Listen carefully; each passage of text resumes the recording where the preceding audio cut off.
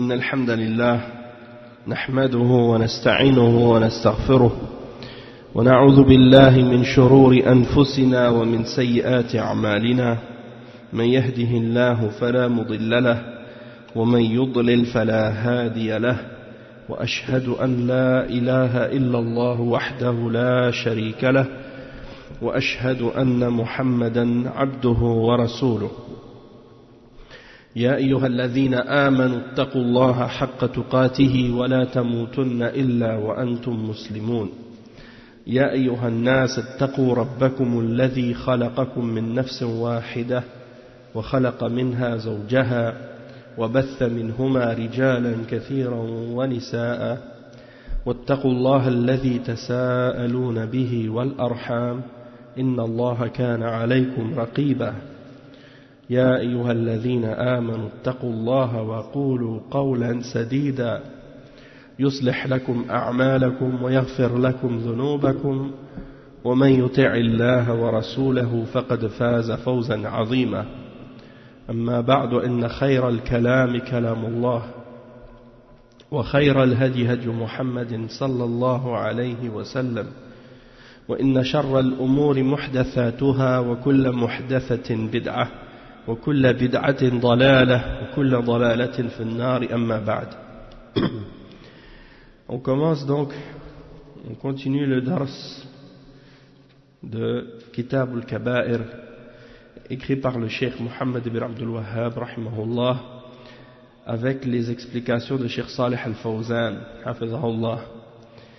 Et le chapitre qu'on est en train d'expliquer aujourd'hui, c'est la suite de ce qu'on a commencé à lire au dernier cours. Et le chapitre s'intitule Ma ja'a fil kadhibi wal mazhi wa nahwihi. Ma ja'a fil kadhibi wal mazhi wa nahwihi. C'est-à-dire, qu'est-ce qui a été mentionné au sujet du mensonge, de la plaisanterie et des choses de ce genre. Et on a expliqué au dernier cours que le mensonge, c'est haram. Et on a mentionné des cas dans lesquels le prophète sallallahu alayhi wa sallam avait permis le mensonge. On a dit dans la guerre, ou bien pour réconcilier entre deux personnes. On a mentionné des exemples de ce genre au dernier cours. Et on a parlé aussi de la plaisanterie que le prophète sallallahu alayhi wa sallam a dit qu'il ne faut pas mentir. Même quand on dit des plaisanteries, il faut être sérieux. Et il y a un hadith justement à ce sujet-là qui dit malheur à celui qui ment, qui raconte des mensonges pour faire rire les gens. Hein? Donc même quand on fait des plaisanteries, il faut être sérieux. Et le prophète sallallahu alayhi wa sallam, il était sérieux même quand il faisait des blagues. Hein? Même quand il plaisantait, il était sérieux. C'est-à-dire, il ne disait pas des mensonges pour faire rire les gens. Aujourd'hui, donc, on continue dans ce même chapitre. Et le hadith qu'on va lire, il y a 3 hadiths. Le premier, c'est An Abdullah ibn Amir, radiyallahu anhu, قال دعتني أمي يوما ورسول الله صلى الله عليه وسلم جالس في بيتنا فقالت ها تعال أعتك فقال رسول الله صلى الله عليه وسلم وما أردت أن تعتي قالت أعطيه تمرا فقال لها رسول الله صلى الله عليه وسلم أما إنك لو لم تعطيه لكتبت عليك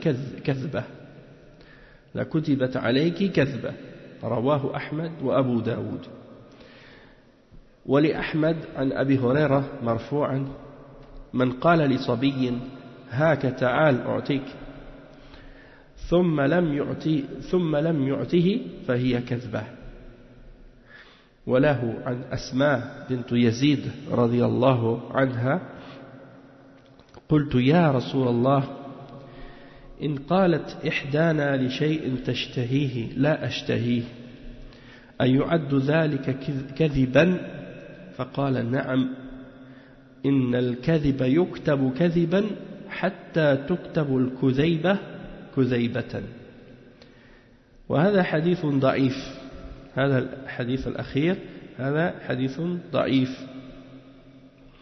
Donc on va traduire les trois hadiths. Le premier hadith c'est rapporté selon Abdullah ibn Amir. Il dit, radiyallahu anhu, ma mère m'a appelé un jour. Et le messager d'Allah sallallahu alayhi wa sallam était assis chez nous, dans notre maison. Alors elle a dit, parce que c'était un enfant, il était jeune, il a dit, viens, je vais te donner quelque chose. Hein, vous savez, on a l'habitude, si on est un parent, même aujourd'hui, les parents, quand ils veulent attirer leurs enfants ou les faire venir, eh ben, ils leur disent, viens, je vais te donner quelque chose, j'ai une surprise pour toi. Hein, toujours comme ça. Alors, qu'est-ce qui est arrivé? C'est que, donc, la mère de Abdullah ibn Amir, elle a dit, viens, je vais te donner quelque chose. Alors le messager d'Allah sallallahu alayhi wa sallam a dit, est-ce que tu voulais vraiment lui donner? Et elle a répondu, elle a dit, je vais lui donner une date. Je vais lui donner une date. Alors le messager d'Allah sallallahu alayhi wa sallam lui a dit, si tu ne lui avais pas donné réellement, ça aurait été écrit comme un mensonge. Ça aurait été écrit pour toi comme un mensonge. Et ça c'est rapporté par Ahmad et Abu Daoud. Et c'est un hadith Hassan. C'est un hadith Hassan. Il dit ensuite, Wali Ahmad an Abi Huraira marfu'an. Donc on a rapporté également, l'imam Ahmad a rapporté selon Abi Huraira que le messager d'Allah sallallahu alayhi wa sallam a dit, wa alaykum salam wa rahmatullahi wa barakatuh, quiconque dit à un enfant, viens, je vais te donner quelque chose, et qu'il ne lui donne pas, alors c'est un mensonge. Qu'il ne lui donne pas, alors c'est un mensonge. وقال عن أسماء بنت يزيد, donc il a rapporté également, c'est-à-dire l'imam Ahmad, selon Asma, la fille de Yazid, radiyallahu anha, elle a dit, j'ai dit au messager d'Allah, si l'une d'entre nous dit à propos de quelque chose qu'elle désire, elle dit à propos de quelque chose dont elle a envie, elle dit je n'en veux pas, hein, ou je désire pas cette chose, est-ce que ça c'est considéré comme un mensonge? Et il a répondu, il a dit oui, le mensonge sera écrit un mensonge, et même le petit mensonge sera écrit comme un petit mensonge. Mais ça c'est un hadith daïf, c'est un hadith qui est faible. Naam. Et Cheikh Al-Fawzan il explique, il dit أما حديث عبد الله بن عامر وفيه قد دعتني أمي يوما إلى آخره هذا شيء تساهل فيه الناس وهو الكذب على الصغار والكذب لا يجوز بحال من الأحوال فهذه المرأة نادت ابنها وكان صغيرا فقالت له تعال أعطيك يعني تطمعه في المجيء فالنبي صلى الله عليه وسلم قال لها ما أردت أن تعطيه قالت أعطيه تمرا قال أما إنك لو لم تعطيه شيئا لكتبت عليك كذبة فدل ذلك على أنه لا يجوز الكذب على الصغار ولا على الكبار لأن هذا من سوء التربية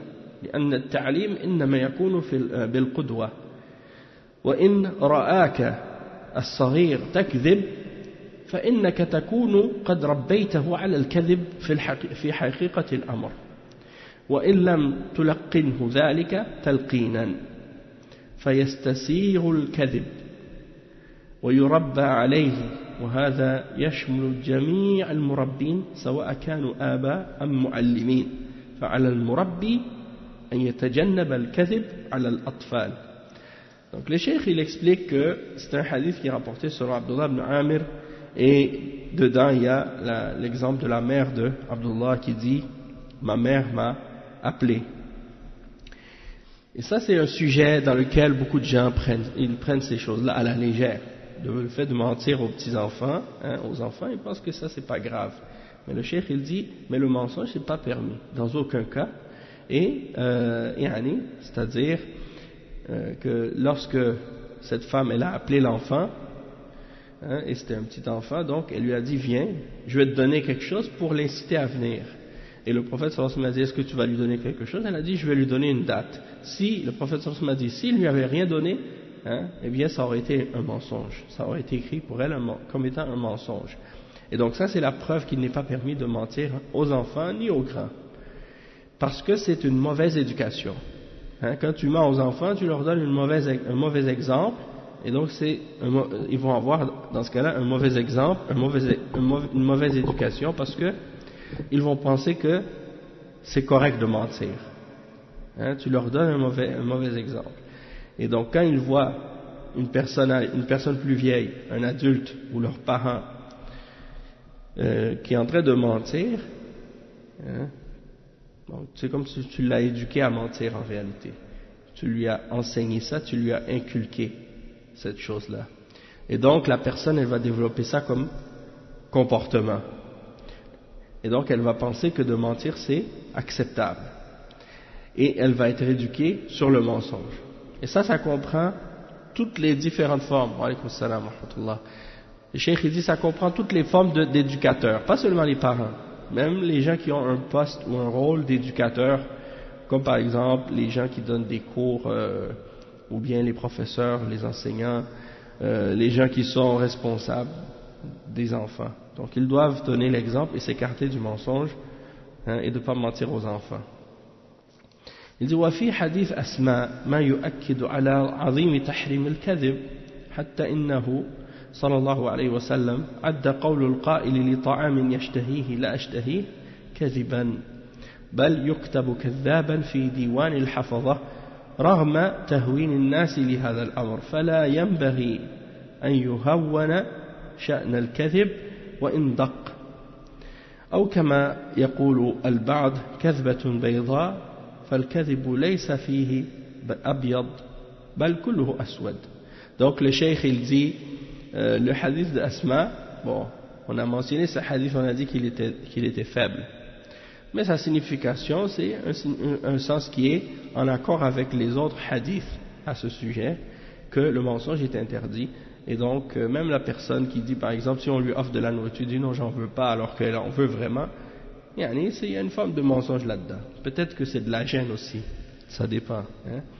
Mais, il ne faut pas prendre ça à la légère, et puis les gens ils prennent aujourd'hui le mensonge à la légère, mais c'est pas quelque chose qu'on doit prendre à la légère, même si c'est des petites choses, c'est très important de rester véridique. Et il n'y a pas de, comme certains en arabe ils disent un kazbatun bayda, ça veut dire un mensonge blanc. Il dit il n'y a pas de mensonge blanc, tous les mensonges sont noirs, en voulant dire sont pas corrects. Et ensuite il mentionne l'imam Muhammad ibn Abdul Wahhab, il mentionne un autre hadith. Il dit وَلِلتِّرْمِذِي وَحَسَّنَهُ مَرْفُوعًا وَيْلٌ لِلَّذِي يُحَدِّثُ بِالْحَدِثِ لِيُضْحِكَ بِهِ الْقَوْمِ فَيَكْذِبْ وَيْلٌ لَهُ وَيْلٌ لَهُ وَيْلٌ لِلَّذِي يُحَدِّثُ بِالْحَدِيثِ لِيُضْحِكَ بِهِ الْقَوْمِ فَيَكْذِبْ وَيْلٌ لَهُ وَيْلٌ لَهُ.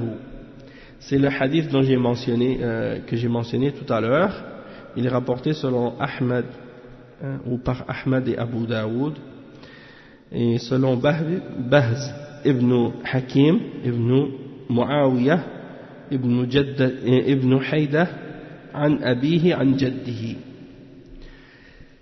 Ça veut dire quoi ce hadith? Ça veut dire malheur à celui qui raconte des paroles pour faire rire les gens et qui ment.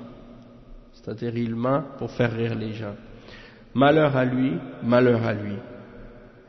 Et le cheikh il explique, Cheikh Al-Fawzan, il dit هذا نوع آخر من أنواع الكذب يقع فيه كثير من الناس المتفاكهين يقع فيه كثير من الناس المتفاكهين لأجل أن يضحكوا الناس ولا سيما في التمثيليات والمسرحيات التي كثرت الآن وهذا من الكذب والعياذ بالله فيخترعون الكذب يخترعون الكذب من أجل إضحاك الناس فتراهم يقولون شيئا لم يحدث مع أن الكذب لا يجوز بأي حال من الأحوال وديننا دين صدق ولله الحمد وليس دين هزل وكذب أما المزح الذي لا بأس به فهو ما كان من جنس مزح الرسول صلى الله عليه وسلم الذي هو من باب التورية. Donc on va traduire ça puis on va continuer après. Cheikh Al-Fawzan il dit, donc ça c'est un autre exemple parmi les exemples de mensonges, une autre sorte qu'on a mentionné, de qu'est-ce qu'on a mentionné auparavant, et que beaucoup de gens font malheureusement. Il dit que c'est des gens qui racontent des mensonges pour faire rire les gens, en particulier dans les séries télévisées, dans les spectacles. Il y en a beaucoup des choses comme ça, des comédiens, il y en a des gens qui vivent de ça. Et tu les vois et ils disent quelque chose qui s'est pas produit, ils disent que ça s'est produit ou ils inventent des choses. Et ça c'est du mensonge et ce n'est pas permis. Ce n'est pas permis dans aucun cas. Parce que notre religion, c'est une religion de sincérité, c'est une religion de véracité. Et il dit que, alhamdulillah, c'est pas une religion de plaisanterie ou de mensonge. Et en ce qui concerne la plaisanterie, dans laquelle il n'y a pas de mal, c'est parmi les exemples de plaisanterie que faisait le messager d'Allah, sallallahu alayhi wa sallam, qui sont pas des mensonges, et c'est qu'est-ce qu'on appelle en arabe at-tawriya. At-tawriya. Et je vais vous donner un exemple de comment le prophète sallallahu alayhi wa sallam faisait des plaisanteries pour que vous compreniez qu'est-ce qu'on veut dire par at-tawriya. Parce que je ne connais pas un mot qui traduit clairement ou directement le mot tawriya. Donc il dit كأنه يقول شيئا على خلاف ظاهره وهو حق, c'est-à-dire qu'il dit quelque chose différemment de ce qui est apparent, mais ça reste vrai. Donne un exemple de ça.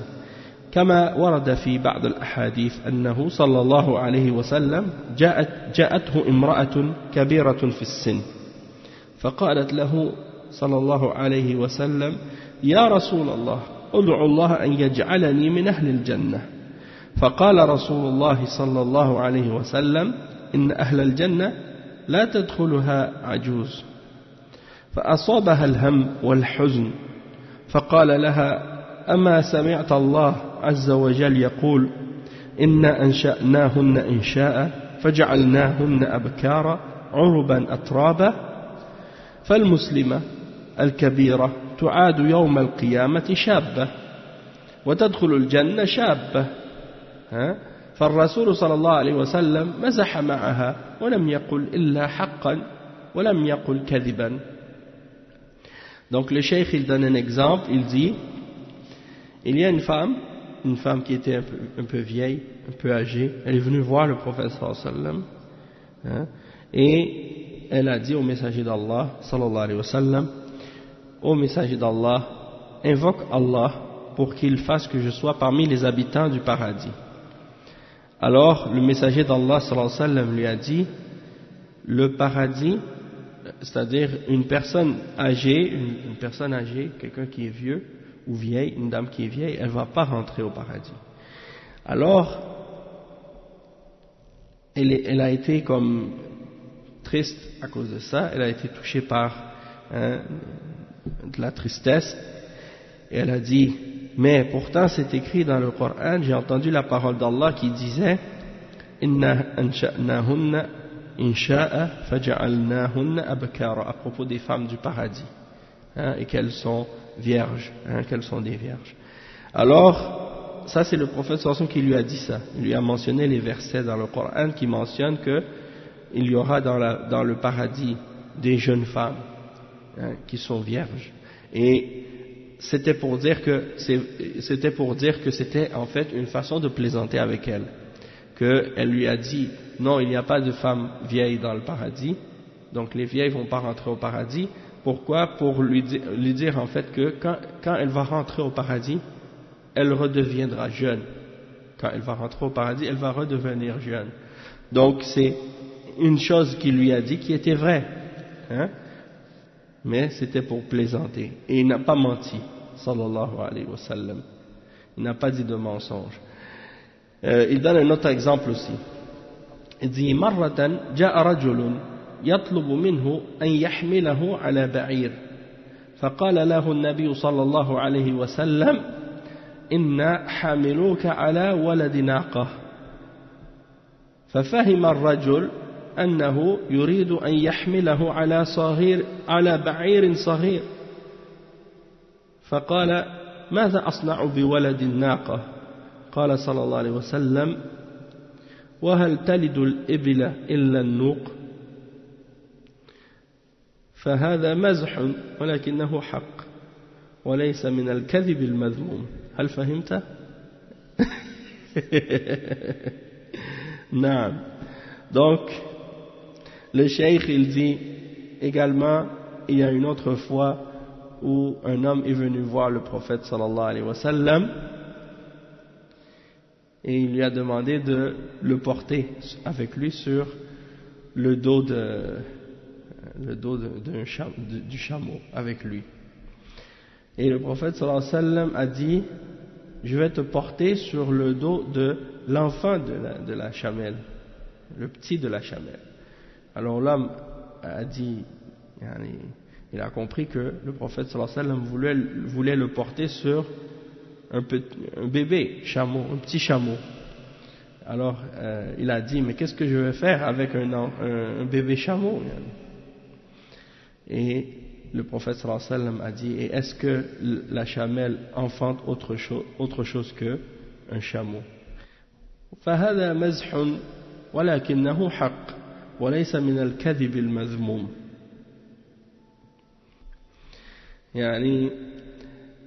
Donc c'est ça, c'est pour dire que le prophète sallallahu alayhi wa sallam il plaisantait parfois et quand il plaisantait il ne disait pas autre chose que la vérité.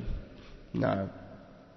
Il dit باب ما جاء في التملق ومدح الإنسان بما ليس فيه, c'est-à-dire le chapitre au sujet de la flatterie, le fait de flatter quelqu'un et d'être complaisant avec quelqu'un ou de glorifier quelqu'un mais tu le glorifies au sujet de quelque chose qui n'est pas en lui, c'est-à-dire tu le glorifies, tu lui fais des éloges pour quelque chose alors que cette chose-là elle n'est pas présente réellement dans cette personne. Ça c'est ce qu'on appelle des fausses flatteries, hein? Et donc ça c'est parmi les kaba'ir. At-tamalluq c'est de la flatterie et madh al-insan tu glorifies quelqu'un pour des choses puis il n'a pas ça. Donc le cheikh il dit wa qawlullahi ta'ala wajtanibu qawla az-zur. وروى الإمام أحمد عن أبي داود عن شعبة عن قيس بن مسلم أنه سمع طارق بن شهاب يحدث عن عبد الله يقول إن الرجل لا يخرج من بيته ومعه دينه فيلقى الرجل وله إليه حاجة فيقول له أنت كيت وكيت يثني عليه لعله أن يقضي من حاجته شيئا فيسخط الله عليه فيرجع وما معه من دينه شيء. Donc qu'est-ce que ça signifie ce hadith? C'est un hadith qui est rapporté par Ahmad, également par Ibn al-Mubarak dans Az-Zuhd, et il est rapporté également par Al-Hakim dans Al-Mustadrak et At-Tabarani dans Al-Kabir. Il est rapporté par At-Tabarani dans Al-Kabir et une note de bas de page qui expliquait que une des chaînes de narration par laquelle At-Tabarani l'a rapporté, tous ces rapporteurs sont authentiques. Rijalu sanadihi thiqat. Donc, il disait, le cheikh, il commence par citer un verset dans le Coran, qui est le verset 30 dans Surat Al-Hajj, dans lequel Allah subhanahu wa ta'ala dit wajtanibu qawl az-zur, écartez-vous de la parole mensongère, la parole qui est fausse. Et après, il cite le hadith rapporté par l'imam Ahmad selon Abi Daoud, عن شعبة عن قيس بن مسلم أنه سمع طارق بن شهاب يحدث عن عبد الله. Donc Tariq ibn Shihab, il a mentionné le hadith selon Abdullah ibn Mas'ud radiyallahu anhu, qui disait que l'homme, il sort de chez lui et il a sa religion avec lui. Il sort de chez lui, il est sur sa religion, il a sa religion. Il rencontre quelqu'un d'autre et il a un besoin de qu'est-ce que cet homme-là a. Alors il lui dit, ah toi tu as telle qualité, telle qualité, telle qualité, il lui fait des éloges, alors que c'est pas vrai. Mais il lui fait des éloges, pourquoi? Pour que la personne lui l'aide dans son besoin et lui donne ce dont il a besoin. Alors Allah subhanahu wa ta'ala se met en colère contre lui et il revient alors qu'il n'a plus rien de sa religion avec lui.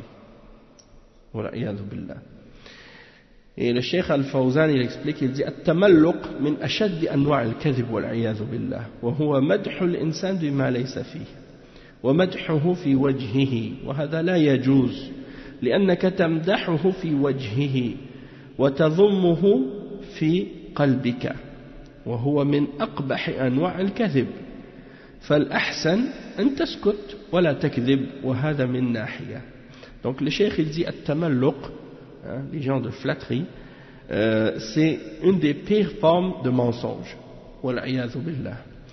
Pourquoi? Parce que c'est de glorifier quelqu'un par des choses, des qualités qu'il ne possède pas réellement.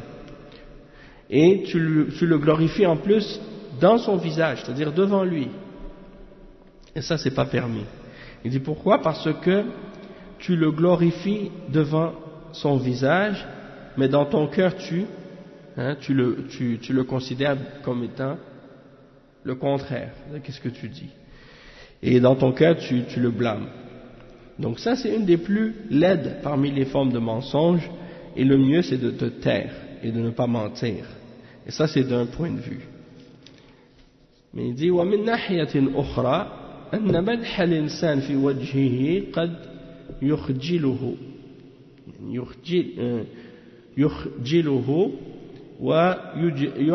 ويحرجه أو يحمله ذلك على الإعجاب بنفسه.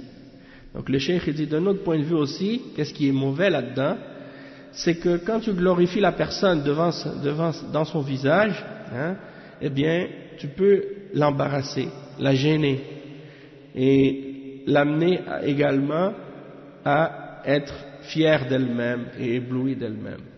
Donc ça c'est mauvais. Et le cheikh il dit فالرسول صلى الله عليه وسلم يقول إذا رأيتم المداحين فاحثوا في وجوههم التراب.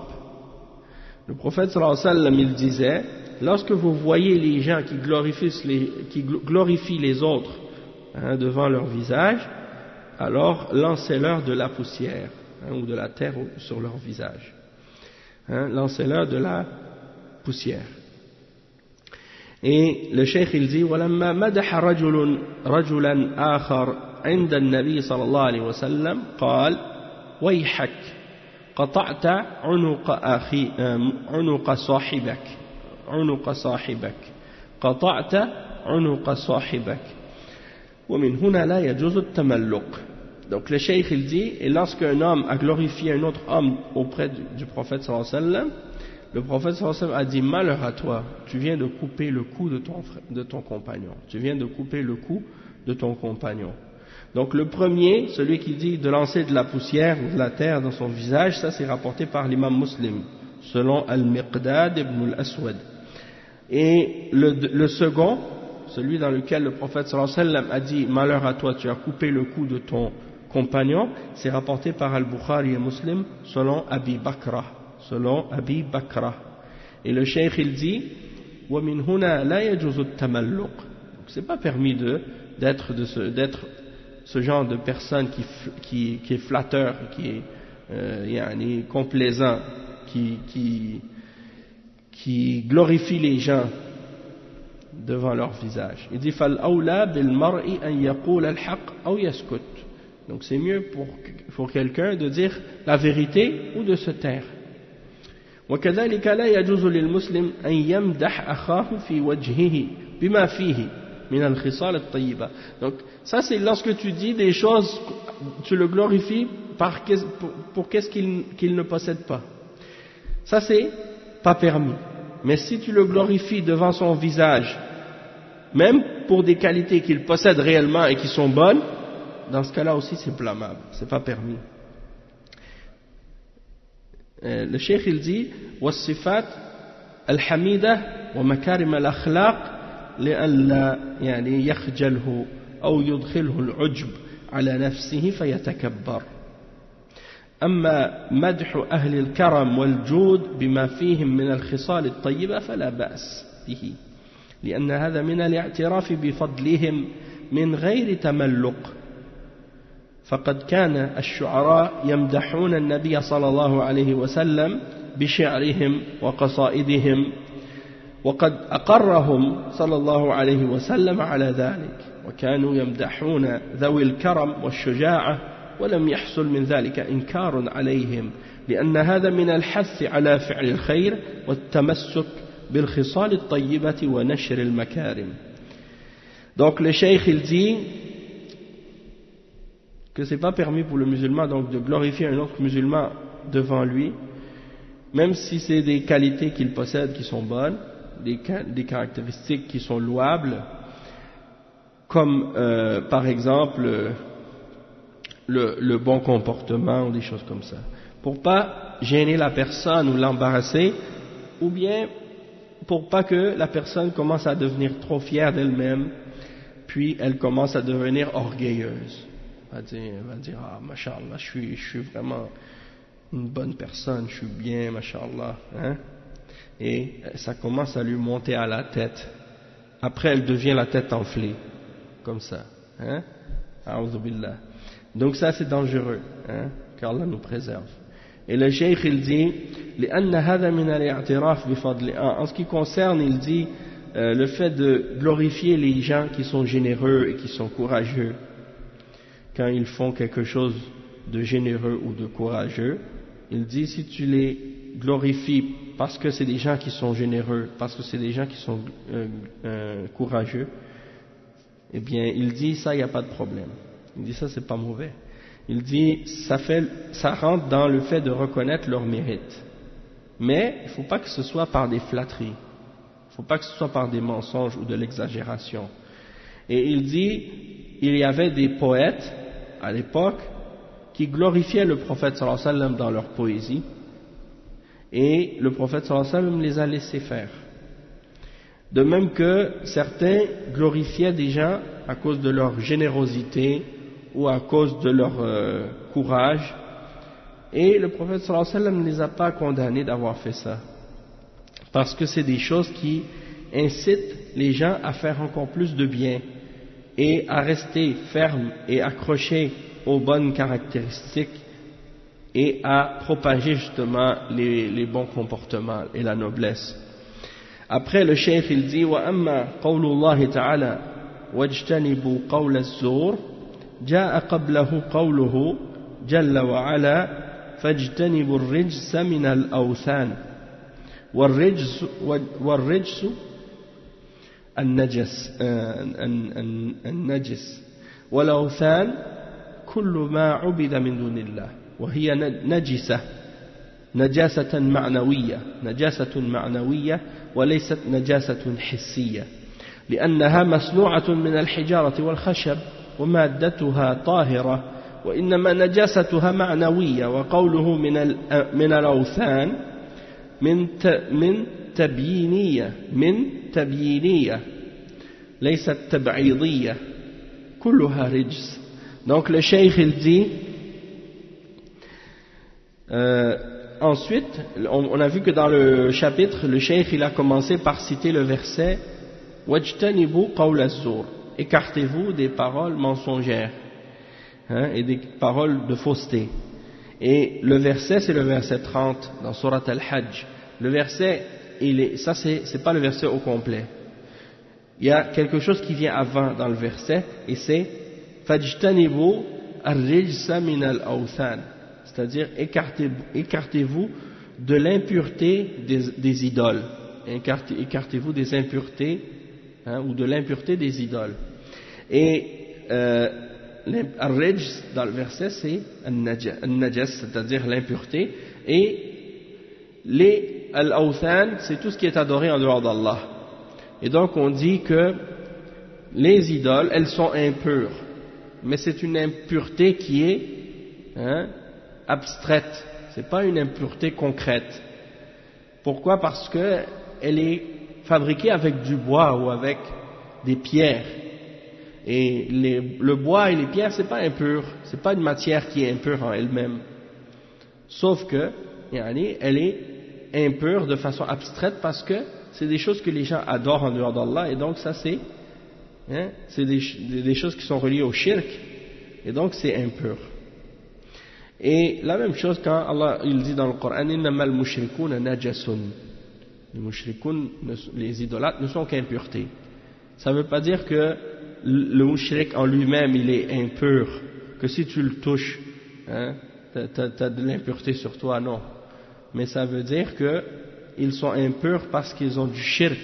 Et c'est une impureté, c'est abstrait, c'est pas une impureté concrète. Il dit aussi donc que min dans le verset min al-awthan, c'est pas min pour distinguer parmi les différentes formes d'idoles. Ça veut pas dire que certaines idoles sont impures et d'autres non. Min c'est min tabyiniya, c'est-à-dire pour expliquer que les idoles sont impures. C'est toutes les idoles qui sont impures, et c'est pour expliquer qu'elles sont impures. Après il dit وَالشَّاهِدُ مِنْ ذَلِكَ كُلِّهِ قَوْلُهُ هو قوله واجتنبوا قول الزور فقول الزور هو الكذب والزور مأخوذ من التزوير وهو التحسين والتزيين إما من الإزويرار وهو الانحراف عن الاعتدال وقول الزور يشمل الشرك بالله عز وجل وكذلك شهادة الزور عند القاضي ويشمل أيضا الكلام المنمق الذي ليس له حقيقة وإنما يزور وينمق ويحسن وليس له حقيقة كل ذلك من أجل خداع الناس فالرسول صلى الله عليه وسلم يقول إن من البيان لسحرة والمزور يقلب الحقائق على الناس ببلاغته فإذا استعمل البلاغة في الخير فهذا أمر طيب وأما إذا استعملها في الشر فهذا أمر قبيح فالبلاغة سلاح ذو حدين يجب استعماله في الخير والدعوة إلى الله لا أن يستغل في الشر. Donc le cheikh il explique, il dit que qu'est-ce qu'on voulait tirer de ce verset wajtanibu qawl az-zur. En fait, c'est pour dire, écartez-vous de la fausseté, et le terme az-zur, ça veut dire le mensonge, mais ça ne veut pas dire seulement le mensonge. Le terme az-zur, il est beaucoup plus vaste, beaucoup plus large. Az-zur, ça veut dire, ça vient de at-tazwir. At-tazwir qui veut dire, comme par exemple, quand on veut dire quelqu'un fait quelque chose qui est falsifié, ou comme par exemple des faux papiers, on va dire... c'est on dit c'est muzawwar, c'est-à-dire quelque chose qui a été falsifié, c'est pas des choses vraies, c'est pas des choses, des papiers officiels, c'est quelque chose qui a été copié ou reproduit, mais c'est pas l'original. Donc at-tazwir, ça veut aussi dire le fait d'embellir le faux, ou d'embellir quelque chose, c'est-à-dire quelque chose qui n'est pas beau, tu veux le rendre beau. Ça aussi, c'est une des significations. Ou bien al-izwirar dans le sens de al-inhiraf, c'est-à-dire une forme de déviation. Donc at-tazwir, ça veut dire aussi, ou az-zur, ça veut aussi dire le fait de dévier de qu'est-ce qui est droit. Il dit aussi que qawl al-zur, le fait de dire qu'est-ce qui est zur, ça comprend également le fait de qu'est-ce qu'on appelle ash-shirku billah. Donc ash-shirku billah, ça rentre dans az-zur, hein, ça rentre aussi dans az-zur. Également, lorsque quelqu'un fait un faux témoignage chez le juge, ça aussi on appelle zur, shahadat az-zur. Également, il dit, ça comprend également une parole qui a été inventée et qui n'est pas réelle, une parole fausse qui a été inventée et qui n'est pas vraie. Ou bien lorsqu'on embellit une histoire ou on embellit quelque chose et que c'est pas quelque chose de vrai, c'est pas quelque chose qui est réel. Tout ça, ça rentre dans le zur, dans le but de tromper les gens. Donc, le prophète sallallahu alayhi wa sallam dit dans un hadith, inna min al-bayani la sihra. Inna min al-bayani la sihra. Ça c'est rapporté par Al-Bukhari selon Abdullah ibn Omar. Qu'est-ce que ça signifie? Ça veut dire il y a des formes d'expression, des façons d'expliquer les choses qui sont comme de la magie. Il y a des façons d'expliquer les choses, c'est comme magique. Hein, c'est comme de la sorcellerie. Ça envoûte les gens, ça ensorcelle les gens, ça enchante les gens. Donc il y a des gens qui parlent tellement bien, ils ont tellement le don de l'expression et de la parole et de l'éloquence, que quand ils parlent, ils arrivent à enchanter les gens, ensorceler les gens avec leurs mots, avec leurs paroles, avec leur façon de parler. Et comme par exemple l'éloquence. Et il dit que ça c'est une chose, si c'est utilisé dans le bien et dans la vérité, c'est correct. C'est-à-dire d'être éloquent, de bien s'exprimer, de savoir bien parler, de bien présenter les idées. Ça c'est quelque chose qui est bien, si c'est utilisé dans le bien et dans la vérité. Comme par exemple lorsque tu l'utilises pour la da'wa, hein, t'invites les gens à Allah et au bien, ça c'est correct. Mais par contre, si tu l'utilises dans le faux, et pour déformer la vérité, et pour tromper les gens, pour leur faire accepter qu'est-ce qui est batil et qu'est-ce qui est mauvais, alors dans ce cas-là, c'est pas quelque chose de bon. Il dit ensuite, وَقَوْلُهُ صلى الله عليه وسلم إن الرجل لا يخرج من بيته ومعه دينه هذا من التملق كما سبق وهو أن تلقى الرجل لك إليه حاجة فتمدحه بما ليس فيه فتكون بذلك قد كذبته والكذب يضر بالدين والإيمان ولهذا قال صلى الله عليه وسلم إن الرجل لا يخرج من بيته ومعه دينه أي معه إيمانه فيخلعه عند هذا الرجل بالتملق والواجب على المسلم أن يتجنب هذه الخصلة فالرسول صلى الله عليه وسلم قال إن الله يبغض البليغ من الرجال الذي يتخلل بلسانه كما تتخلل البقرة بلسانها وقد خص البقرة من بين البهائم لأنها تأخذ النبات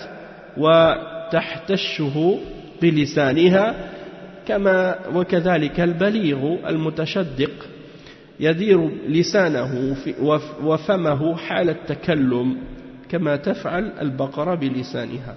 Donc le cheikh il dit que donc l'homme qui sort de sa maison, il a avec lui sa religion, hein, et par la suite il rencontre quelqu'un cette personne a besoin il a besoin de son aide, hein, il rencontre quelqu'un dont il a besoin de son aide. Alors il se dit, bon, je vais lui faire des flatteries, je vais lui dire des belles choses, il va être content, je vais le glorifier, comme ça il va me donner ce que je veux. Bon, c'est ça ce qu'on appelle at-tamalluq en arabe, et ça c'est pas permis, hein, de flatter les gens, hein, comme on dit, le flatter dans le sens du poil. Des fois on utilise cette expression, hein, comme par exemple quand tu flattes un chat, hein, tu le flattes dans le sens du poil. Parce que si tu le flattes dans le sens contraire, qu'est-ce qui arrive? Ça fait remonter tous ses poils, hein? Et là, dans ce cas-là, c'est pas plaisant. Et donc, souvent, c'est ça que les gens font. Quand ils veulent quelque chose de quelqu'un, ils vont le flatter dans le sens qui lui fait plaisir. Ils vont pas lui dire la vérité pour pas le froisser, hein? Donc, ça, c'est ça qui est pas correct. C'est ça qui est pas correct. Et il dit le cheikh que ça rentre dans le mensonge. ça rentre dans le mensonge, et ça nuit à la religion et ça nuit à la foi. C'est pour ça que le prophète sallallahu alayhi wa sallam, il dit dans ce hadith que l'homme sort de sa maison avec sa foi.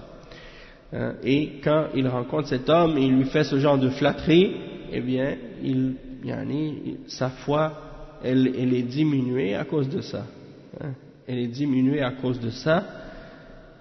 Et donc le musulman, il doit s'écarter de ce genre de comportement, de ce genre de caractéristiques, parce que le messager d'Allah sallallahu alayhi wa sallam a dit que Allah déteste l'homme éloquent parmi les hommes qui fait aller sa langue comme la vache fait aller sa langue. Et ça c'est rapporté par Abu Daoud et At-Tirmidhi selon Abdullah ibn Amr radiyallahu anhuma, et il dit que le prophète sallallahu alayhi wa sallam a spécifié la vache parmi les différentes bêtes. Pourquoi? Parce que elle mange des herbes ou des choses, et puis elle les fait aller avec sa langue dans sa bouche comme ça, et c'est comme la personne qui exagère dans l'éloquence, elle fait aller sa langue dans sa bouche lorsqu'elle parle, comme la vache qui fait aller sa langue dans sa bouche quand elle rumine. Elle rumine. Donc le cheikh il dit ensuite, là il y a un autre chapitre, le chapitre suivant c'est quoi? C'est Bab ma ja'a fi an-nahy an kawn al-insan maddahan, c'est-à-dire le chapitre au sujet de qu'est-ce qui a été mentionné sur le fait qu'il est interdit qu'un homme soit maddah, c'est-à-dire il fait trop de glorification, il exagère dans la glorification des gens. Et il dit وقول الله تعالى ألم تر إلى الذين يزكون أنفسهم بل الله يزكي من يشاء. Donc ça c'est rapporté, la première chose que l'imam Muhammad ibn Abdul Wahhab a cité, c'est un verset dans le Coran, dans Surat An-Nisa, le verset 49, dans lequel Allah subhanahu wa ta'ala dit ce qui signifie: n'as-tu pas vu ceux qui se purifient eux-mêmes? Se purifient eux-mêmes, c'est-à-dire ils se font des éloges à eux-mêmes, ils disent à propos de leur propre personne des belles choses pour se glorifier, pour se purifier. Et le verset dit par la suite: balillahu yuzakki man yasha, mais plutôt c'est Allah qui purifie qui il veut. C'est Allah qui purifie qui il veut. Le cheikh il dit: wali muslimin عن المقداد رضي الله عنه أن رجلا جعل يمدح عثمان فجثى المقداد على ركبتيه فجعل يحثو في وجهه التراب فقال له عثمان رضي الله عنه: ما شأنك؟ قال: إن رسول الله صلى الله عليه وسلم قال: إذا رأيتم المداحين فاحثوا في وجوههم التراب. وفي المسند عن معاوية رضي الله عنه مرفوعا: إياكم والمدح فإنه الذبح. Donc le cheikh il cite ensuite un autre hadith qui est rapporté par l'imam Muslim dans son Sahih selon Al-Miqdad radiyallahu anhu, qu'un homme a commencé à glorifier Uthman devant lui, c'est-à-dire il a glorifié Uthman devant Uthman. Alors Al-Miqdad qui était présent, il est tombé à genoux, et il a pris de la terre et il a commencé à le lancer dans le visage de l'homme qui glorifiait Uthman. Alors Uthman lui a dit, c'est-à-dire il a dit à Al-Miqdad: Ya Uthman, qu'est-ce que tu as? Pourquoi tu fais ça? C'est-à-dire pourquoi tu jettes de la poussière dans le visage de cet homme? Et il a dit, le messager d'Allah sallallahu alayhi wa sallam a dit: si vous voyez les gens qui glorifient beaucoup les autres, ou qui exagèrent dans la glorification des autres, qui font des éloges ou des glorifications, alors jetez-leur de la poussière, ou du sable, ou bien disons de la terre, jetez-leur ça au visage. Et c'est rapporté également dans la Musnad de l'imam Ahmad, selon Muawiyah, radiyallahu anhu, que le messager d'Allah, sallallahu alayhi wa sallam, a dit: prenez garde à la glorification ou à l'éloge, parce que c'est comme d'égorger quelqu'un. Quand tu le glorifies devant son visage, c'est comme si tu l'égorgeais. Donc l'explication à ce sujet-là, le Cheikh Al-Fawzan, il dit: at-tazkiyatu lin-nafsi ala qismayn, tazkiyatun madhmuma wa hiya al-madh, wa tazkiyatun mamduha ou mahmouda محمودة وهي تزكية النفس بالطاعات والأعمال الصالحة والتوبة والاستغفار. قال الله تعالى: والذين هم للزكاة فاعلون، أي يزكون أنفسهم بالطاعات. أما تزكية النفس بالمدح فإنها لا تجوز، لأنك لا تعلم هل قبل الله منك أم لا. Donc le cheikh il dit que la purification, le tazkiya, le fait de se faire des éloges ou de la glorification, ou bien de se purifier soi-même, c'est de deux catégories. Il y a deux façons de te purifier toi-même. Soit que tu te purifies toi-même en te faisant des éloges et en te glorifiant, et ça c'est blâmable, ou bien tu te purifies en faisant des actes d'obéissance et des bonnes œuvres, et ça c'est louable. Tu te purifies comment? Tu fais des actes d'obéissance, tu fais des actes de piété, tu te repens à Allah, tu demandes pardon. C'est comme ça que tu dois te purifier, pas en te faisant des glorifications à toi-même, des éloges.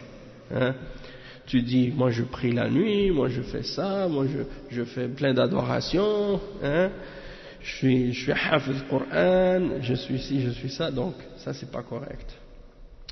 Et il dit: وقال الله تعالى والذين هم للزكاة فاعلون. Le verset 4 dans Surat Al-Mu'minun, Allah subhanahu wa ta'ala, il glorifie ceux qui donnent la zakat, mais en réalité c'est plus que donner la zakat ici, c'est de se purifier. Les zakati fa'ilun, ça veut dire que tu te purifies.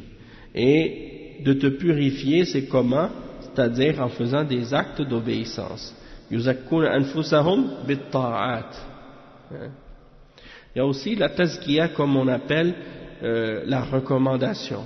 Des fois, comme par exemple quand tu veux aller étudier par exemple quelque part dans une université, on te demande des recommandations. C'est ce qu'on appelle aussi une tazkiya. Et des fois aussi il y en a des gens qui ont des recommandations de leurs professeurs ou de leurs shuyukh pour enseigner ou bien pour avoir un emploi ou pour avoir un travail ou pour étudier. Donc ça aussi c'est des formes de tazkiyat. Mais la meilleure tazkiya, c'est tes paroles et tes actions. C'est ta parole et tes actions. Parce que une tazkiya que tu peux avoir de quelqu'un, c'est bien, mais la tazkiya, si elle ne reflète pas la réalité, eh bien, elle n'est pas réelle, cette tazkiya. Peut-être que, par exemple, quelqu'un t'a donné une tazkiya, t'a donné une recommandation pour quelque chose. La personne, elle l'a donné la recommandation selon ce qu'elle sait de toi, et selon ce qu'elle voit. Donc, elle pense du bien de toi, elle a écrit une bonne recommandation. Mais toi, entre toi et Allah, tu sais si tu mérites cette tazkiya, oui ou non. Parce que quand tu es tout seul, la personne, elle ne te voit pas. Mais Allah, il te voit. Et toi, tu sais qu'est-ce que tu fais. Est-ce que tu mérites cette tazkiya? Est-ce que tu es en accord avec ce qui est mentionné dans cette tazkiya ou non? Et donc, la tazkiya qu'un savant donne à quelqu'un, elle peut correspondre à la réalité ou elle peut ne pas correspondre à la réalité, selon la connaissance de ce que ce savant-là a de la personne. D'accord? Et donc c'est pour ça qu'il ne faut pas le prendre de façon absolue dans tous les cas. Il y a des gens, par exemple, à un moment donné, ils ont eu une tazkiya d'un grand savant, puis après ils ont changé. Ils étaient corrects, ils étaient des gens connus, ils étaient des gens sur la sunna, puis 10 ans après, ils sont autres maintenant. Ils ont changé complètement de méthodologie ou de façon de comprendre l'islam et ils ont dévié de la sunna. Alors, ils continuent aujourd'hui à sortir, par exemple, cette ancienne tazkiya qu'il avait de un tel ou d'un tel parmi les ulama. Et donc, on leur dit non, cette tazkiya, elle ne compte pas. Parce que maintenant, tu n'es plus dans l'exemple que tu étais auparavant. Et un des meilleurs exemples de ça, c'est l'exemple de Wasil ibn Ata. Wasil ibn Ata qui était l'élève de Al-Hassan al-Basri. Wasil ibn Ata était l'élève de Hassan al-Basri, il étudiait avec Al-Hassan al-Basri. Hassan al-Basri, vous savez qui c'est? C'est un des grands tabi'in parmi les élèves des Sahaba. Hein? Donc il était assis dans la mosquée dans le Dars avec Al-Hassan al-Basri parmi ses proches élèves. Puis un jour, il a commencé à dévier. Il a divergé avec Al-Hassan al-Basri sur une question parmi les fondements de Ahl al-Sunnati wal Jama'a au sujet de la personne qui commet des kaba'ir. Est-ce qu'elle est croyante ou est-ce qu'elle n'est pas croyante?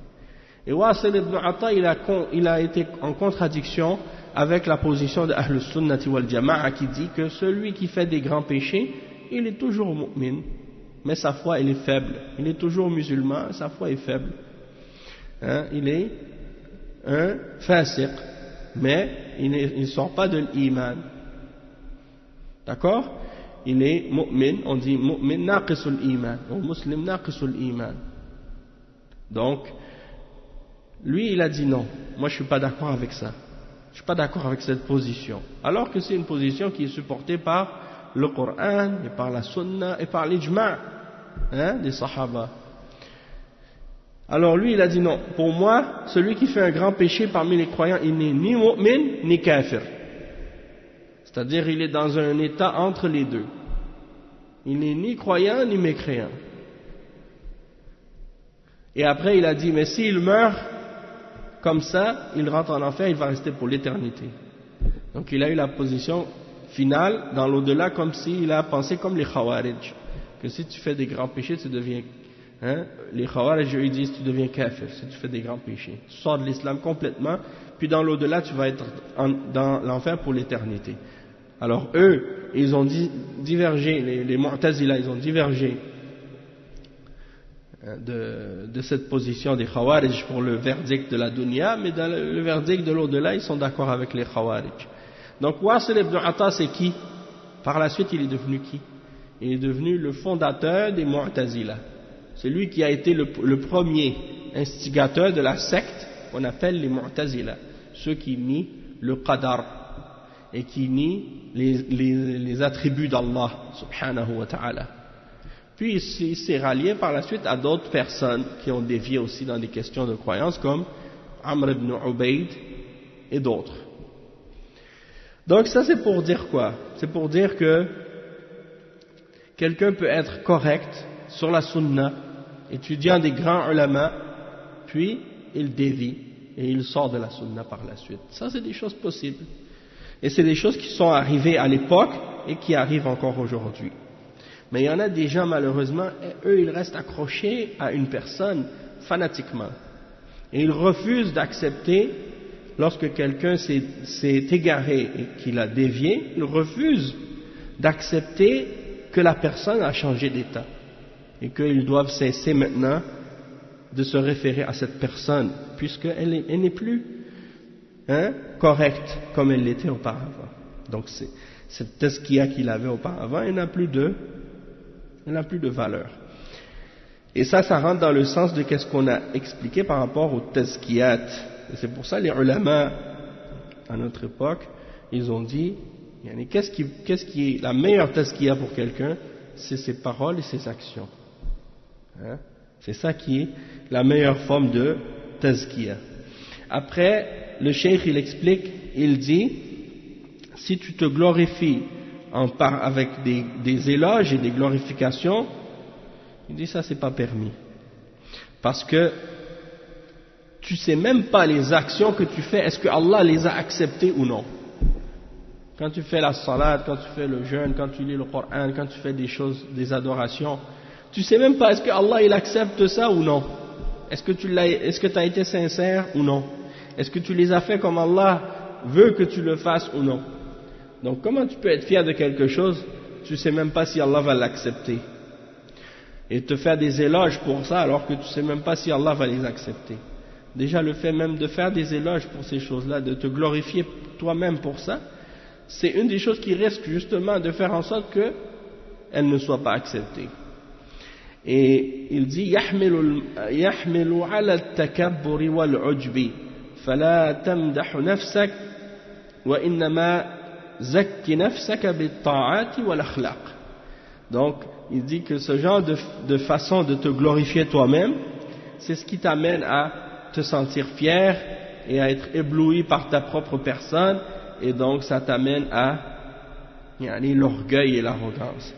Alors plutôt que de te glorifier toi-même, purifie-toi en faisant des bonnes œuvres, en faisant des actes d'obéissance et en ayant un bon comportement. Et le cheikh il dit ensuite وأما قوله صلى الله عليه وأما قوله تعالى ألم تر إلى الذين يزكون أنفسهم بل الله يزكي من يشاء وقوله يزكون أنفسهم أي يحمدونها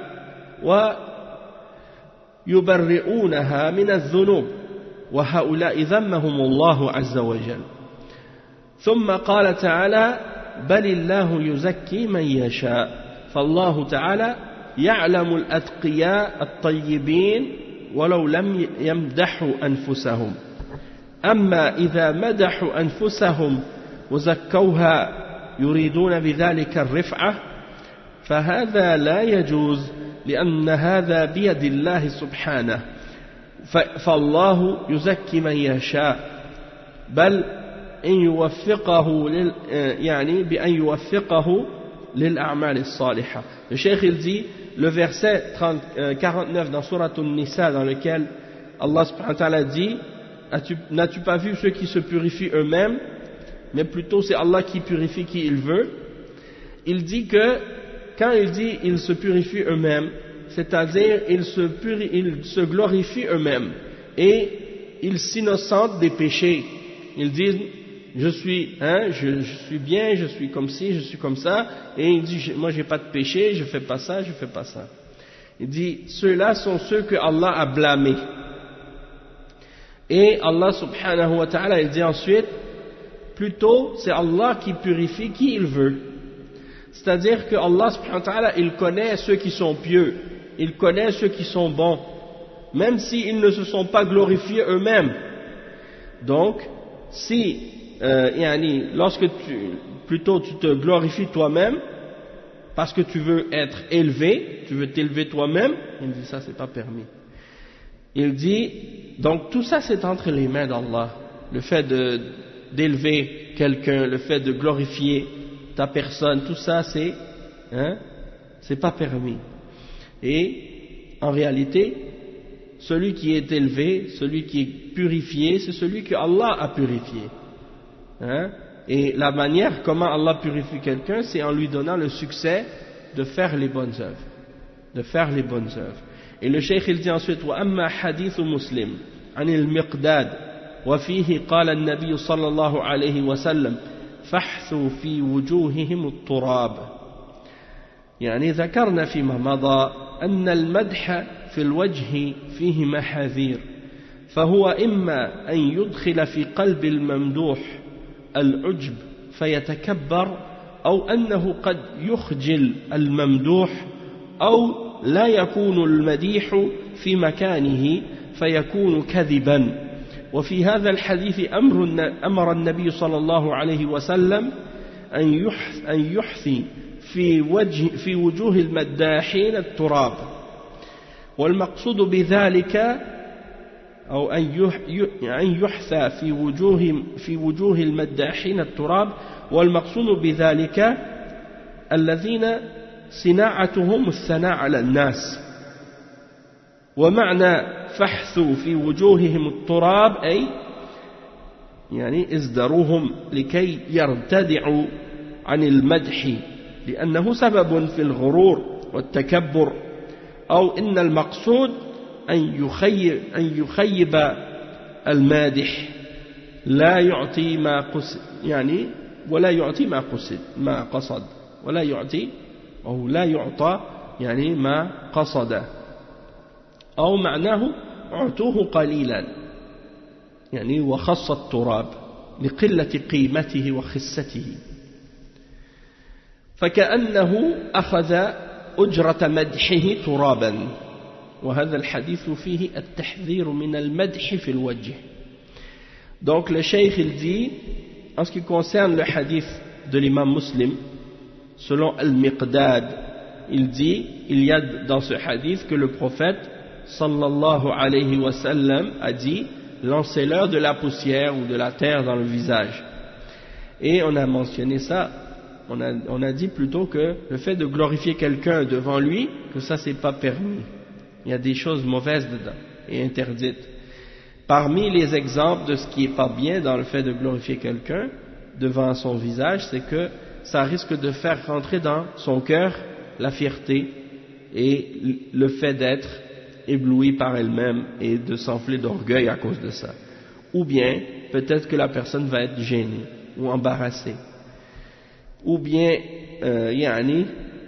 peut-être que c'est mal placé. La glorification en question, elle est mal placée dans le sens que c'est pas vrai, et donc c'est du mensonge dans ce cas-là. Et le hadith dans lequel le prophète sallallahu alayhi wa sallam dit de leur lancer de la poussière au visage, qu'est-ce que ça veut dire? En fait, c'est premièrement, qui est-ce qui est désigné par les maddahin, ceux qui glorifient? C'est ceux qui font de ça leur art, leur travail, c'est ça qu'ils font.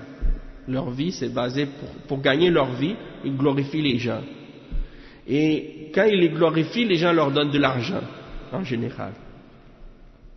Alors, le prophète sallallahu alayhi wa sallam a dit, lancez-leur au visage de la poussière, ou de la terre, pour les mépriser, pour les faire cesser de glorifier de cette façon. Pourquoi? Parce que le fait de glorifier les gens de cette manière, c'est une manière de les tromper, de les faire tomber dans le fait de s'enfler d'orgueil ou bien d'avoir la tête enflée ou d'exagérer.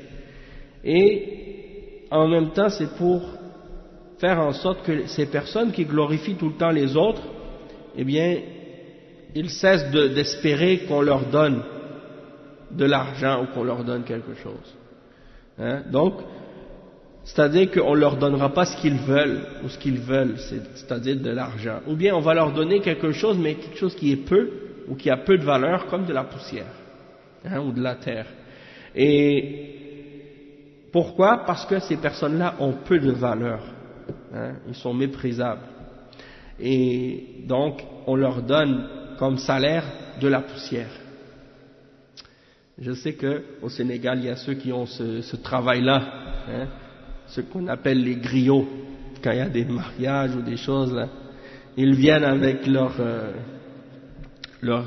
accompagnements et puis ils glorifient la personne ou le cheikh ou les gens, et ils chantent comme ça les éloges de leurs ancêtres et toutes sortes de choses comme ça. Et les gens leur donnent de l'argent. Tu les vois même, ils sortent des sacs avec de l'argent comme ça et ils jettent sur eux comme ça.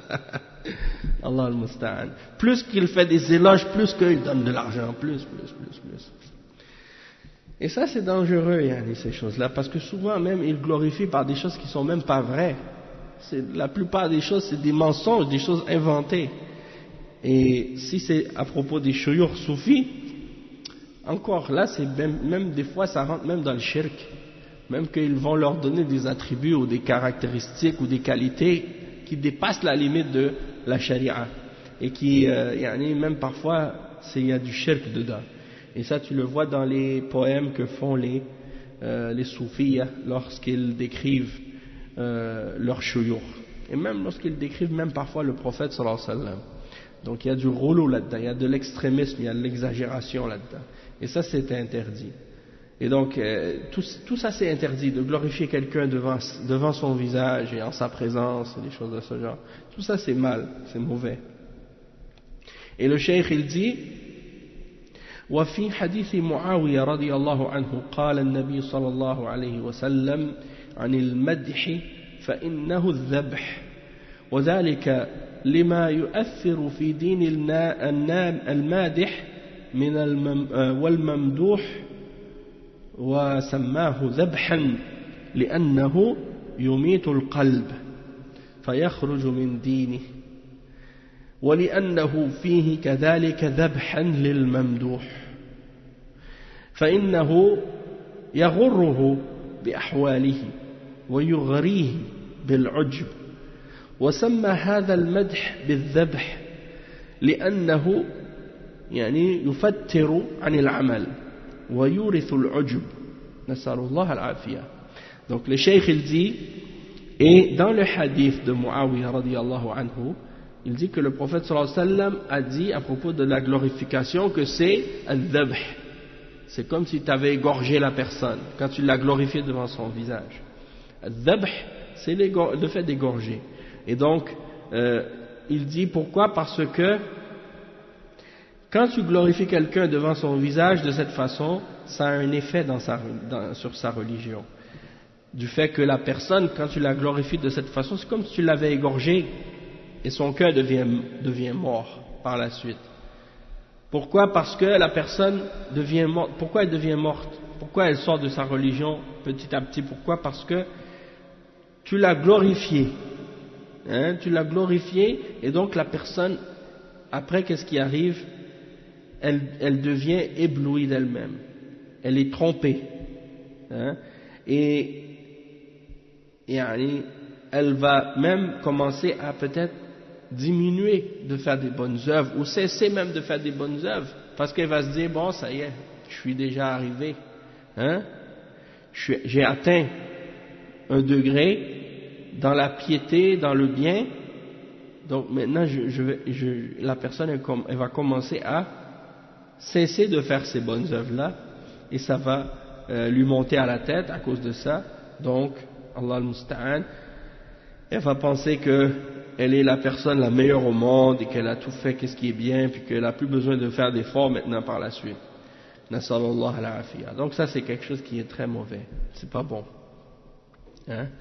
Donc on va s'arrêter aujourd'hui à ce chapitre là et le prochain chapitre c'est Babun ma yamhaqul kadhibu min al-barakah. C'est-à-dire qu'est-ce que le mensonge retire ou enlève ou détruit de la bénédiction. Donc ça c'est le prochain chapitre. Donc on voit qu'il y a beaucoup de chapitres sur le mensonge. Beaucoup de chapitres sur le mensonge. Pourquoi? Parce que c'est un péché qui est répandu malheureusement et que les gens prennent à la légère. Tu vois les gens par exemple quand ils mentionnent les kaba'ir, ils pensent souvent à l'alcool, au porc, au zina, des choses comme ça. C'est rare que les gens vont dire al-kadhib. C'est rare que les gens vont mentionner le mensonge. Comme si le mensonge n'était pas si grave que ça après tout. Mais pourtant, a'udhu billah, c'est un des plus graves péchés. Un des plus grands parmi les kaba'ir. Et surtout, comme on l'a expliqué dans les cours précédents, surtout quand c'est des mensonges à propos d'Allah, à propos du prophète Muhammad sallallahu alayhi wa sallam, de la sunna, à propos du Coran, à propos de la aqidah, à propos de la religion, de l'islam, de la charia. Ça c'est encore plus dangereux, encore plus grave. Parce que c'est ça qui fait tomber les gens dans le shirk, dans le kufr, dans l'égarement total. Donc c'est très dangereux. Donc on va s'arrêter ici pour aujourd'hui, Inch'Allah, et on continuera la semaine prochaine. سبحانك اللهم وبحمدك أشهد أن لا إله إلا أنت أستغفرك وأتوب إليك وصلى الله وسلم على نبينا محمد وعلى آله وصحبه أجمعين والسلام عليكم ورحمة الله وبركاته.